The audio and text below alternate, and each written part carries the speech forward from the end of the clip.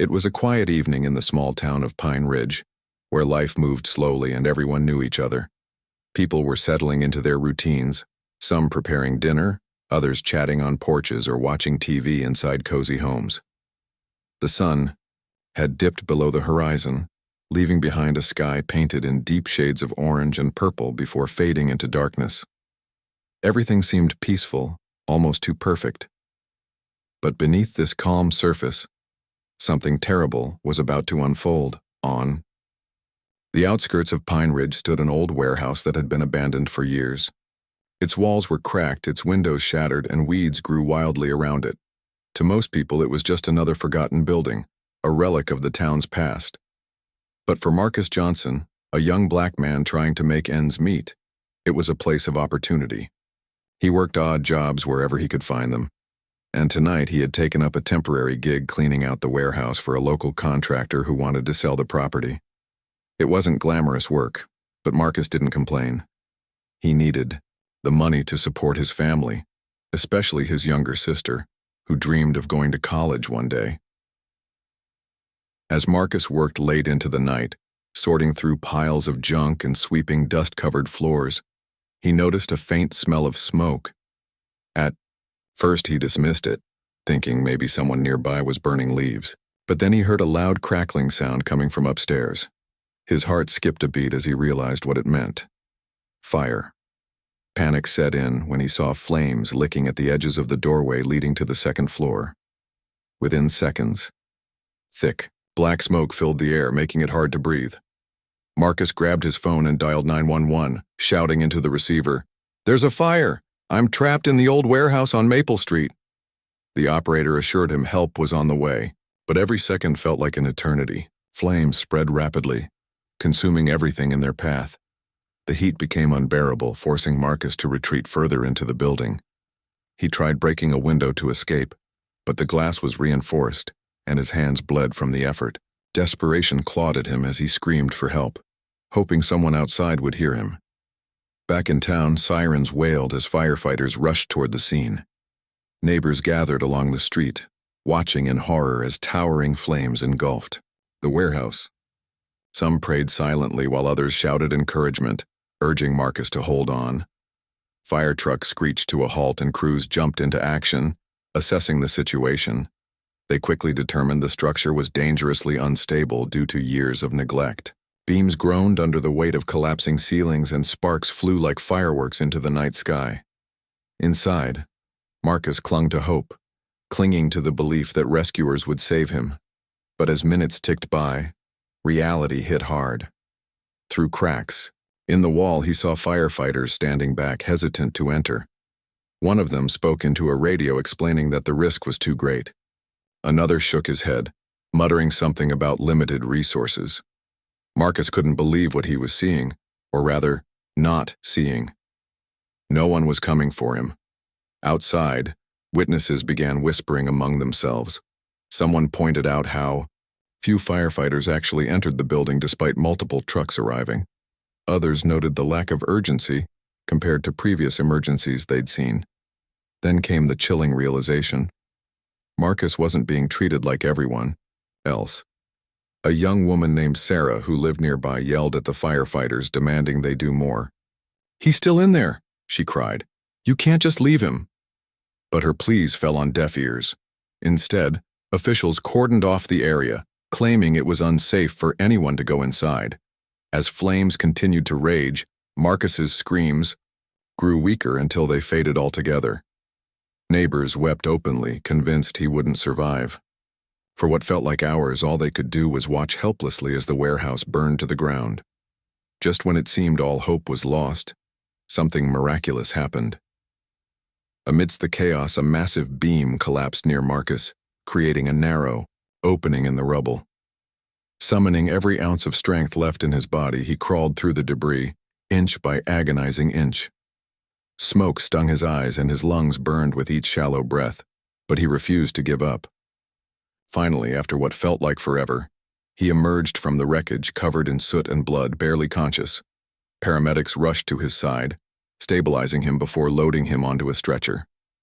Cheers erupted from the crowd as they realized he was alive. Tears streamed down faces as people hugged one another, overwhelmed with relief. Marcus may have survived, but the scars, both physical and emotional, would take much longer to heal. And though the immediate danger had passed, questions lingered in the minds of those who witnessed the events unfold. Why had the response been so slow? Why did it feel like Marcus's life mattered less than others? In the days that followed, news of the incident spread throughout Pine Ridge and beyond. Social media exploded with outrage, as videos captured by bystanders showed firefighters hesitating to act. Headlines blared phrases like "neglect in action" and "a life left behind."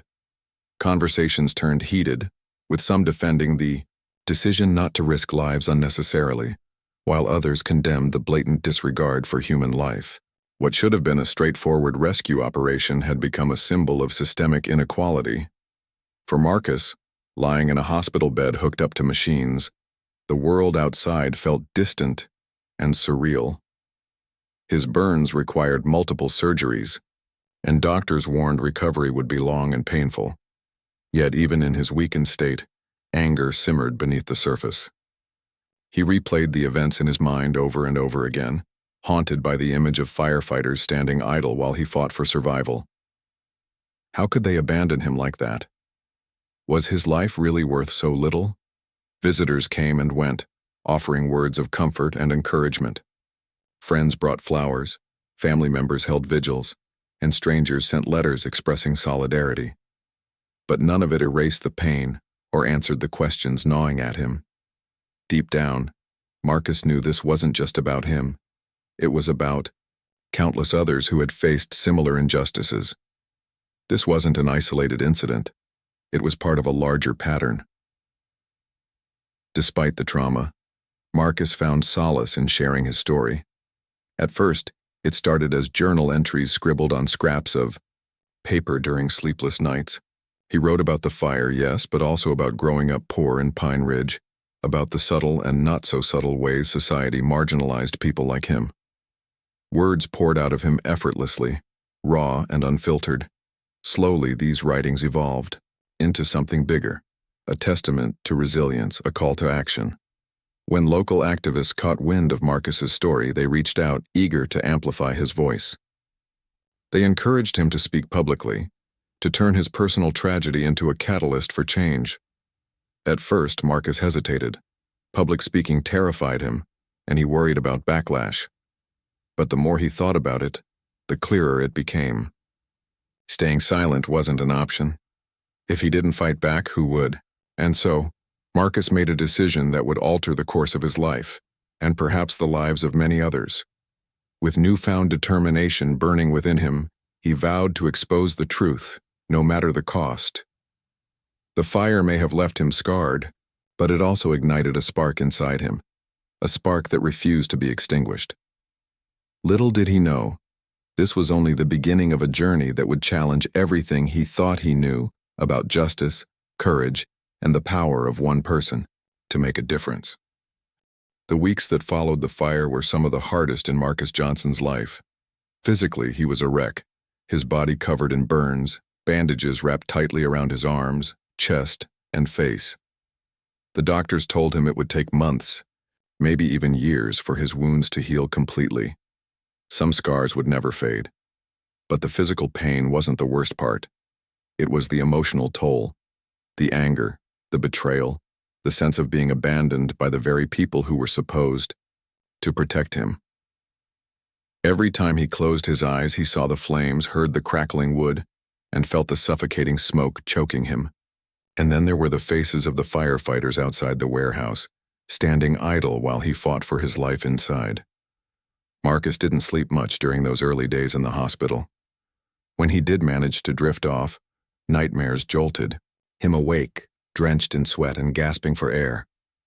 Nurses tried to comfort him, telling him it was normal after such a traumatic experience. But Marcus knew this wasn't just trauma. It was injustice. He couldn't shake the feeling that if he'd been someone else, if his skin had been lighter or if he'd come from a wealthier family, things might have turned out differently. That thought gnawed at him day and night. Despite everything, Marcus refused to let bitterness consume him. He had always been a fighter, even as a kid growing up poor in Pine Ridge. His parents worked long hours at low-paying jobs, struggling to provide for their family. Marcus learned early on how to fend for himself, picking up odd jobs to help make ends meet. Even now, lying in a hospital bed with tubes attached to his arms, he clung to the same resilience that had carried him through tough times before. He decided he wouldn't let this tragedy define him. Instead, he would use it to create something meaningful. One afternoon, as sunlight streamed through the window of his hospital room, Marcus picked up a pen and a notebook one of the nurses had brought him. At first, he didn't know what to write, but slowly, words began flowing onto the page. He started by describing the fire, the smell of smoke, the heat searing his skin, the terror gripping his heart as he realized no one was coming to save him. Then he wrote about his childhood, recalling memories of scraping together pennies to buy groceries or wearing hand-me-down clothes to school. These weren't happy stories, but they were honest ones. For the first time in his life, Marcus gave himself permission to be vulnerable, to put his pain into words without holding back. As the days went by, writing became a kind of therapy for Marcus. It helped him process what had happened and gave him a way to channel his emotions into something productive. Friends and family noticed a change in him. Before the fire, Marcus had been quiet and reserved, keeping his struggles to himself. Now, he seemed more open, almost determined to share his story with anyone who would listen. One day, his younger sister, Tanya, visited him in the hospital. She sat beside his bed, flipping through the pages of his notebook. "Wow, Marcus," she said softly, her voice trembling. "This is powerful. You should show this to other people." Marcus hesitated. "I don't know, Tanya. What if no one cares? What if they think I'm just making excuses?" Tanya shook her head firmly. "No, Marcus. People need to hear this. They need to understand what you went through, not just the fire, but everything. Your story could inspire others." Her words stayed with him long after she left. Maybe she was right. Maybe sharing his story could make a difference, but where would he start? Who would listen? Around the same time, a local activist named Lisa Carter heard about Marcus's ordeal. She ran a community organization focused on social justice issues, particularly those affecting marginalized groups. When she read an article about the fire and the allegations of neglect, she immediately reached out to Marcus. "Your story is important," she told him during their first meeting. "It highlights problems that go far beyond Pine Ridge. If you're willing, we can work together to bring attention to these issues." At first, Marcus was skeptical. He didn't see himself as a leader or a spokesperson, but Lisa assured him he didn't have to do it alone. With her guidance, Marcus began attending small community meetings, sharing snippets of his story with groups of neighbors and activists. At first he was nervous, his hands shaking as he held the microphone.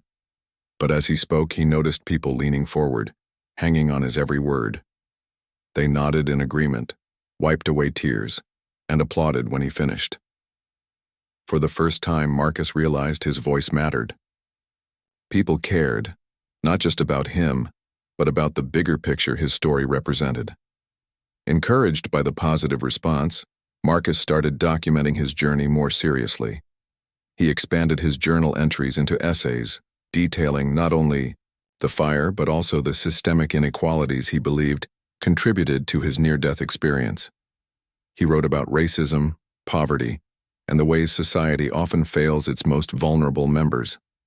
His words resonated deeply with readers, many of whom shared similar experiences. Social media played a key role in spreading his message. Activists reposted his essays online, and soon, Marcus found himself gaining followers from across the country. But writing wasn't enough. Marcus wanted to take action, to turn his pain into tangible change. With Lisa's help, he organized a rally in Pine Ridge to raise awareness about institutional neglect and demand accountability from emergency services. Flyers were distributed throughout the town, inviting residents to join the cause. On the day of the event, hundreds of people showed up, filling the streets with signs that read, "Justice for Marcus," and "Enough is enough." Speakers took turns addressing the crowd, sharing personal stories of discrimination and injustice. But when it was Marcus's turn to speak, the atmosphere shifted. Standing on a makeshift stage, his voice steady despite his nerves, Marcus delivered a speech that left the audience spellbound. "I'm here today not because I want revenge," he said, looking out at the sea of faces. "I'm here because I want change. I want to live in a world where everyone is treated equally, regardless of their race or background. We deserve better than what happened to me and to countless others before me. Let's stand together and demand justice." The crowd erupted in cheers, chanting his name over and over again. Strangers approached him afterward, thanking him for speaking out. Some hugged him, tears streaming down their faces. Others promised to support his efforts however they could. For Marcus, it was overwhelming, but in a good way. For the first time since the fire, he felt like he belonged to something bigger than himself. Word of the rally spread quickly, drawing attention from national news outlets. Reporters flocked to Pine Ridge, eager to interview Marcus and learn more about his story. Television cameras captured footage of the charred remains of the warehouse, while anchors discussed the broader implications of his case. Op-eds praised Marcus for his courage and criticized the institutions that had failed him. Suddenly, Marcus wasn't just a survivor, he was a symbol of hope and resistance. With newfound visibility came opportunities. Civil rights organizations invited him to speak at conferences and panel discussions. Schools asked him to address students about overcoming adversity and fighting for equality. Artists created murals honoring his bravery, painting vibrant images of a phoenix rising from ashes, a metaphor for Marcus's journey. Filmmakers expressed interest in adapting his story into documentaries, eager to shine a light on the systemic issues he highlighted. Through it all, Marcus remained humble. He knew the attention wasn't really about him, it was about the movement he represented. Still, he couldn't deny the impact his story was having. People who had once felt powerless were finding strength in his words. Communities were coming together to demand reform. Change, though slow and incremental, was happening. By the time Marcus was discharged from the hospital, he was no longer the same person who had walked into that warehouse months earlier. Physically, he still bore the scars of the fire, a constant reminder of the night that changed his life forever. But emotionally, he was stronger, more determined, and filled with purpose. He had discovered a hidden talent for storytelling and activism, using his experiences to advocate for others facing similar challenges. Though the road ahead remained uncertain, Marcus knew one thing for sure. He wouldn't stop fighting until justice was served, for himself and for everyone else who deserved better. As Marcus Johnson's story gained national attention, he knew it was time to take the next step. Writing essays, giving speeches, and organizing rallies had been powerful ways to raise awareness. But Marcus wanted more than just words. He wanted action. He decided to file a lawsuit against the fire department, not just for himself, but for everyone who had ever been neglected or mistreated by those in power. This wasn't about revenge. It was about accountability. It was about making sure no one else would have to endure what he went through. Filing a lawsuit wasn't easy, especially for someone like Marcus who had never been involved in legal matters before. But Lisa Carter, the activist who had supported him from the beginning, connected him with a team of lawyers specializing in civil rights cases. These attorneys were experienced in fighting systemic injustices, and they believed Marcus's case could set an important precedent. They explained the process to him, gathering evidence, interviewing witnesses, and presenting arguments in court. It sounded overwhelming, but Marcus was ready. If this was what it took to create change, he would do it. The first challenge was collecting evidence. The lawyers worked tirelessly, combing through reports, photos, and videos from the night of the fire. One piece of footage stood out, a shaky video taken by a bystander showing firefighters standing back while flames consumed the warehouse. The clip went viral online, sparking outrage across the country. For Marcus, watching it again was painful, but it also fueled his determination. This is proof, he told himself. Proof that something needs to change. Next came witness testimonies. Neighbors who had watched the fire unfold recounted how little effort seemed to be made to save Marcus. Some described overhearing firefighters dismiss the situation, saying things like, "It's too dangerous," or "He'll probably make it out on his own." Others talked about feeling helpless as they pleaded with officials to act. These accounts painted a damning picture of negligence and indifference. Even paramedics admitted privately that they hadn't expected Marcus to survive. But perhaps the most compelling evidence came from within the fire department itself. A whistleblower, an anonymous firefighter, reached out to Marcus's legal team with shocking revelations. According to this insider, there had been a pattern of racial bias in emergency responses. Calls involving predominantly black neighborhoods often received delayed or inadequate attention, compared to those in wealthier, whiter areas. The whistleblower provided internal documents and emails supporting these claims, exposing years of systemic neglect. When Marcus heard this, his heart sank. He'd suspected something like this might be true, but seeing concrete proof hit hard. With the evidence mounting, Marcus and his lawyers prepared to file the lawsuit. However, they knew it wouldn't be smooth sailing. Powerful forces were already pushing back. Local officials tried to discredit Marcus, calling him opportunistic and accusing him of exaggerating his ordeal for publicity.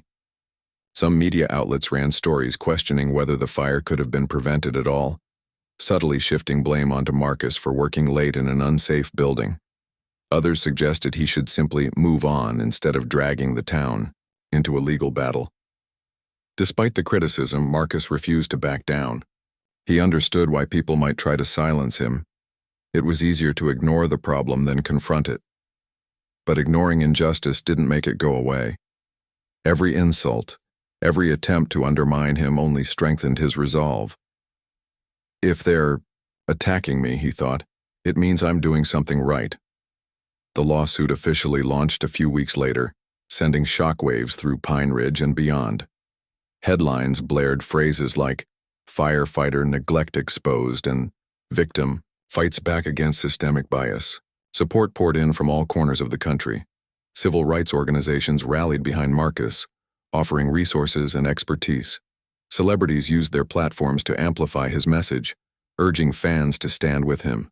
Donations flooded in to help cover legal fees, allowing Marcus's team to focus fully on the case without worrying about finances.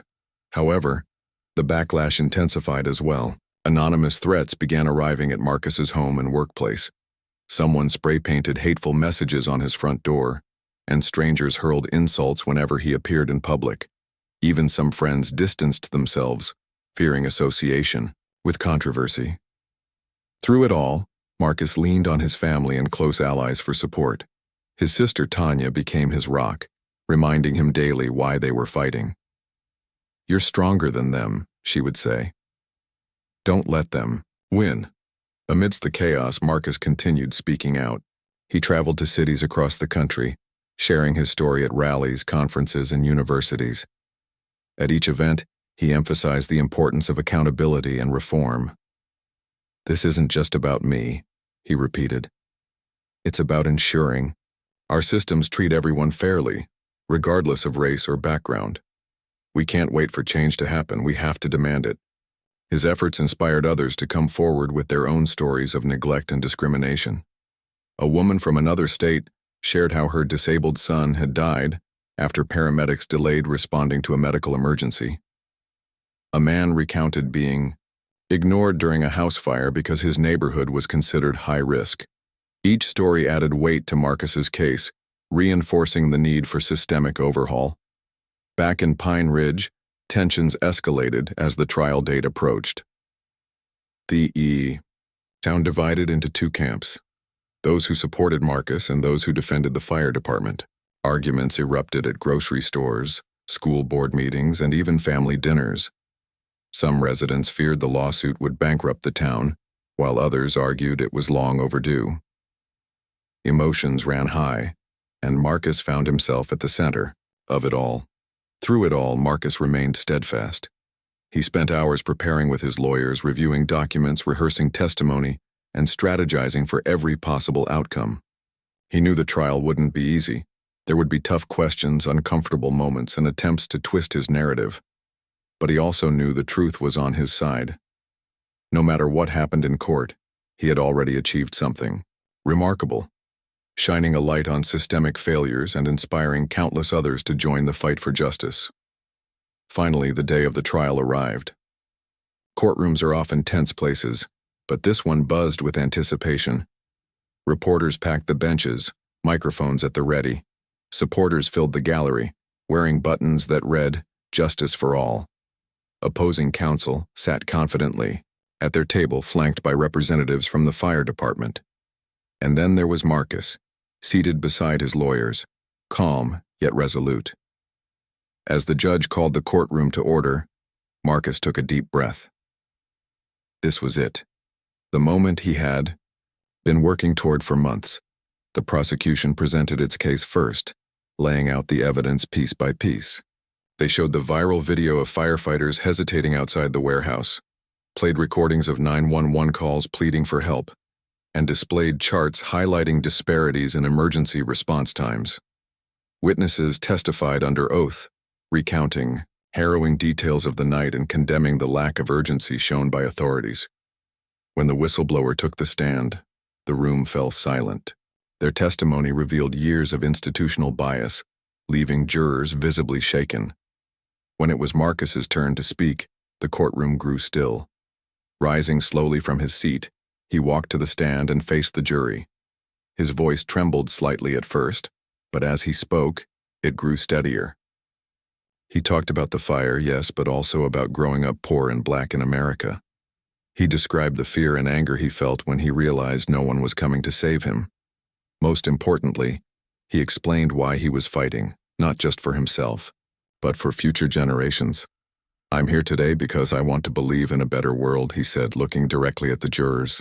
"A world where everyone is treated equally, where lives aren't valued based on skin color or zip code. I'm not asking for revenge, I'm asking for justice. Because if we don't hold ourselves accountable, nothing will ever change." Room erupted in applause when he finished, though the judge quickly called for order. Jurors wiped away tears, scribbling notes furiously. Even opposing counsel seemed momentarily moved. Whatever the verdict, Marcus had made his mark. He had forced the nation to confront uncomfortable truths about inequality and neglect. And though the battle was far from over, he knew he had already won something invaluable: hope. For Marcus, the trial wasn't just about winning or losing. It was about proving that one person truly could make a difference. By refusing to stay silent, by standing up despite fear and adversity, he had ignited a movement that stretched far beyond Pine Ridge. Whether justice came in the form of a court ruling or societal change, Marcus had already achieved what mattered most: inspiring others to keep fighting for a fairer, kinder world. The trial was unlike anything Pine Ridge or the nation had ever seen. For weeks, the courtroom became a stage where truths were laid bare, emotions ran high, and the cracks in the system were exposed for all to see. Every day brought new revelations, each more damning than the last. The prosecution meticulously built its case, presenting evidence that painted a grim picture of systemic neglect within the fire department. Documents, videos, and testimonies revealed patterns of racial bias, delayed responses, and outright indifference toward marginalized communities. It wasn't just about Marcus anymore. It was about exposing a broken system that had failed countless others. As the days dragged on, public interest in the case grew exponentially. News outlets covered every twist and turn, broadcasting live updates from outside the courthouse. Social media buzzed with hashtags like "Justice for Marcus" and "Chuck Systemic Change Now." People from all walks of life weighed in, sharing their thoughts, frustrations, and hopes for justice. Some praised Marcus for his courage. Others criticized the defendants for their alleged negligence. But one thing was clear: the nation was watching. Inside the courtroom, tension simmered. Defense attorneys worked tirelessly to discredit the prosecution's claims, arguing that decisions made during emergencies were complex and not racially motivated. They called witnesses who testified that entering the warehouse would have been too dangerous, emphasizing the risks firefighters face daily. Our priority is always saving lives, one firefighter said under oath. But we also have to consider the safety of our own team. While these arguments resonated with some, they rang hollow to many. Jurors exchanged skeptical glances as internal documents leaked by the whistleblower contradicted such statements. Emails showed supervisors dismissing emergency calls from certain neighborhoods, labeling them low priority. Training manuals lacked any mention of anti-bias protocols. Even statistics highlighted disparities in response times based on race and income levels. Piece by piece, the defense's narrative crumbled under scrutiny. Marcus sat quietly through it all, observing every moment with a mix of determination and disbelief. He couldn't help but reflect on how far he'd come since that fateful night at the warehouse. Back then, he'd felt powerless, abandoned, and forgotten. Now he was at the center of a national reckoning, a symbol of resilience and resistance. Yet, despite the attention, he remained grounded. This wasn't about fame or recognition. It was about accountability and ensuring no one else suffered because of institutional failures. One of the most emotional moments came when survivors of past disasters took the stand. A mother recounted losing her teenage son when paramedics arrived late to a car accident. A man described escaping a house fire only to learn his elderly neighbor hadn't been rescued in time. Each story added weight to Marcus's case, underscoring the human cost of systemic neglect. Tears flowed freely in the courtroom as jurors listened intently, visibly moved by the raw pain shared by these individuals. Then there was Marcus's own testimony, the culmination of months of preparation and reflection. When he finally stepped up to the witness stand, the room fell silent. All eyes were on him as he recounted the events of that horrific night. His voice trembled slightly as he described the flames engulfing the warehouse, the smoke choking him, and the realization that no one was coming to save him. But as he continued, his tone grew stronger, filled with conviction. "I didn't expect to survive," he admitted, looking directly at the jury. "I thought I was going to die alone in that building. And what hurt the most wasn't the fire. It was knowing that people stood outside and chose not to act. Not because they couldn't, but because they didn't think my life mattered enough." The courtroom erupted in murmurs, quickly silenced by the judge's gavel. Jurors nodded solemnly, scribbling notes as Marcus spoke. He went on to explain why he was fighting, not just for himself, but for everyone who had been ignored, dismissed, or written off. "This isn't about revenge," he concluded. "It's about making sure our systems treat everyone equally. We deserve better. Our children deserve better." When Marcus finished, the crowd erupted in applause, though the judge reminded everyone to remain respectful. Even opposing counsel seemed momentarily shaken, unable to meet Marcus's gaze. Whatever doubts jurors may have harbored before, they now appeared convinced of the gravity of the situation. The prosecution rested its case shortly afterward, confident they had made their point. Closing arguments came next, and both sides delivered impassioned speeches. The defense reiterated its stance that emergency responders must prioritize safety, above all else, even if it means difficult decisions. "We're not perfect," their lead attorney admitted, "but we do our best with limited resources." Meanwhile, the prosecution hammered home the idea that systemic bias cannot be excused, regardless of circumstances. This isn't about individual mistakes, they argued. It's about a culture of neglect that has gone unchecked for far too long. Finally, after weeks of testimony and deliberation, the jury retired to decide the fate of the case. Hours stretched into days as they debated behind closed doors. Outside the courthouse, crowds gathered, holding signs and chanting slogans. Reporters set up camp awaiting the verdict. Inside, Marcus waited anxiously alongside his legal team. Would justice prevail? Or would the system protect itself once again? When the jury returned, the courtroom was packed to capacity. Everyone leaned forward as the foreperson stood to deliver the verdict. Guilty. The word echoed through the room, sending shockwaves through the audience. Cheers erupted, tears streamed down faces, and hugs were exchanged. For Marcus, it was a surreal moment. Relief washed over him, followed by an overwhelming sense of vindication. After everything he'd endured, he had finally been heard. The judge handed down a ruling requiring sweeping reforms within the fire department, including mandatory anti-bias training, increased transparency, and stricter accountability measures. Financial compensation was awarded to Marcus, though he cared less about the money than the precedent set by the decision. This wasn't just a victory for him, it was a win for anyone who had ever felt unseen or undervalued by society. News of the verdict spread rapidly, sparking celebrations across the country. Activists hailed it as a landmark moment in the fight against systemic racism. Politicians vowed to address similar issues in other institutions. Communities rallied around Marcus, thanking him for having the courage to speak out. For the first time in a long time, hope seemed possible. Yet Marcus knew the work wasn't over. Lawsuits and court rulings could force change, but true progress required sustained effort. Inspired by the outpouring of support, he announced plans to expand his advocacy efforts. With the help of Lisa Carter and other allies, he founded an organization dedicated to addressing institutional neglect and promoting equality. Through workshops, campaigns, and partnerships, Marcus aimed to empower marginalized communities and ensure their voices were heard. In the weeks that followed, Marcus traveled extensively, speaking at events and meeting people whose lives had been touched by his story. He visited schools, inspiring students to stand up for what's right. He collaborated with artists, filmmakers, and writers to amplify his message. Slowly but surely, his movement gained momentum, transforming from a local cause into a nationwide crusade. Despite the challenges ahead, Marcus remained optimistic. He understood that change wouldn't happen overnight, but he believed in the power of collective action.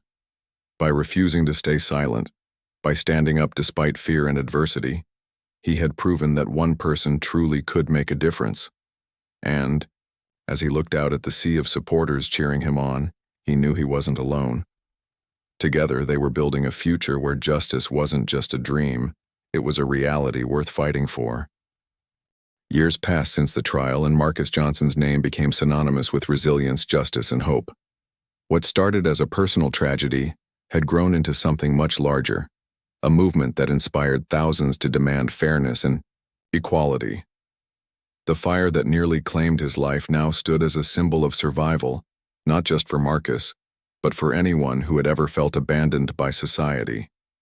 His journey from victim to advocate transformed him into a beacon of change, a living testament to the power of perseverance.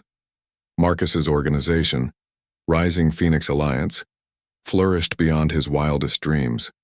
What began as a small grassroots initiative in Pine Ridge expanded into a nationwide network dedicated to addressing systemic neglect and empowering marginalized communities.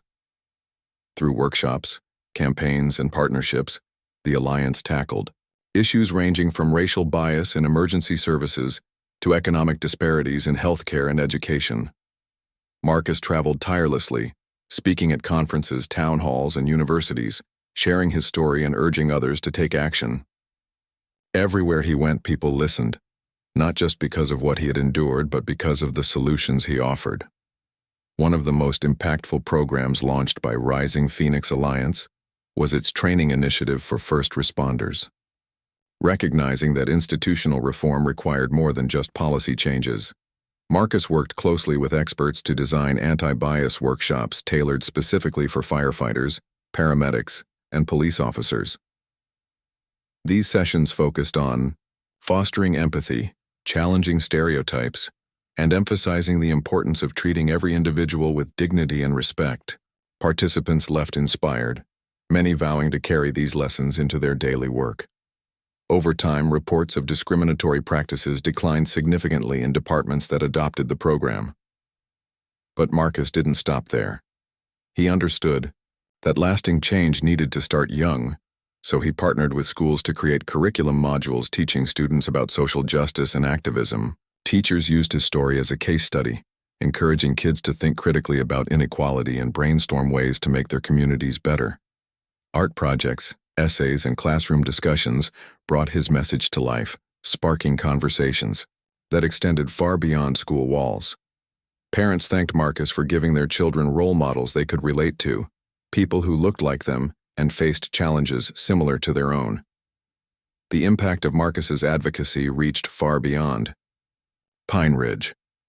In cities across the country, murals depicting his likeness appeared on buildings, painted by artists eager to honor his courage. One particularly striking mural showed a phoenix rising from flames with Marcus's face at its center. Beneath it were the words, "From ashes to action." Tourists stopped to take photos, and locals gathered nearby to reflect on its meaning.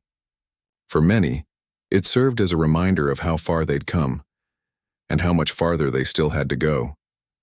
Documentaries and films about Marcus's life also played a crucial role in spreading his message. Filmmakers captured intimate moments from his journey, blending archival footage of the fire with interviews of friends, family, and supporters. Viewers watched as Marcus transformed from a quiet, hardworking man into a fearless leader willing to confront injustice head-on. Critics praised the documentaries for their raw honesty and emotional depth, while audiences left theaters motivated to make a difference in their own lives. Despite the accolades, Marcus stayed humble. Fame wasn't something he sought or enjoyed. To him, the real reward lay in seeing tangible progress. When he visited Pine Ridge, he often walked past the site of the old warehouse, now a memorial park dedicated to victims of institutional neglect. Families brought their children to hear him speak, eager to teach them about the importance of standing up for what's right. Marcus never tired of telling his story, knowing each retelling planted seeds of inspiration in another heart. Of course, the scars remained, both physical and emotional. Sometimes late at night, memories of the fire crept back, haunting his dreams. But instead of letting them break him, Marcus wore them proudly, proof of his survival and strength. They reminded him of why he kept fighting, for himself, for Tanya, for everyone who deserved better. Tanya, too, grew into her own as an advocate. Inspired by her brother's courage, she pursued a degree in social work, determined to help underserved communities. Together, they became a formidable duo, organizing events and mentoring young activists eager to follow in their footsteps. Their bond deepened through shared purpose, and they often joked that if Marcus was the voice of the movement, Tanya was its heart. As the years rolled on, Marcus noticed subtle shifts in society. Conversations about race and privilege became more open, less taboo. People no longer shied away from uncomfortable truths, recognizing that acknowledging problems was the first step toward solving them. Emergency response times improved, especially in historically neglected areas. Schools implemented diversity training programs, and businesses committed to hiring practices rooted in equity. None of this happened overnight, but bit by bit, the world began to change. Still, Marcus knew the fight wasn't over. Systemic issues ran deep, requiring constant vigilance. New challenges arose: climate crises, political polarization, global health emergencies. But Marcus approached them with the same resolve he'd shown during his darkest days. He believed wholeheartedly that humanity was capable of greatness, even amidst adversity. And whenever doubt crept in, he remembered the faces of those who had stood by him, the neighbors who cheered him on, the strangers who donated to his cause, the activists who amplified his voice. They reminded him that he wasn't alone. 2030, exactly a decade after the fire, Marcus received an unexpected honor. A prestigious civil rights organization awarded him their highest recognition, the Beacon of Justice Award. Standing on stage at the ceremony, surrounded by luminaries from around the world, Marcus reflected on how far he'd come. "I didn't set out to be a hero," he said, his voice steady yet filled with emotion. "I just wanted to survive. But along the way, I learned something important, that our pain can become our purpose, that even in the darkest moments, we have the power to create light." The audience erupted in applause, rising to their feet in a standing ovation. Tears streamed down Marcus's face as he scanned the room, meeting the eyes of loved ones, allies, and strangers alike. Each person represented a piece of his journey, a thread in the tapestry of change he'd helped weave. It wasn't about him. It was about all of them working together to build a brighter future. After the ceremony, reporters swarmed Marcus, asking how he planned to continue his work. Smiling softly, he replied, "By doing what I've always done, listening, learning, and leading. Change doesn't happen overnight, but every step forward matters. As long as there are people willing to fight for justice, I'll be here, walking alongside them." And so Marcus carried on, driven by the belief that one person truly could make a difference. His legacy wasn't defined by awards or headlines. It was etched in the hearts of those he touched. From the ashes of despair he had risen, not just for himself but for everyone who dared to dream of a fairer, kinder world. Though the road ahead remained uncertain, Marcus faced it with unwavering hope. After all, he had already proven that, even in the face of overwhelming odds, anything was possible.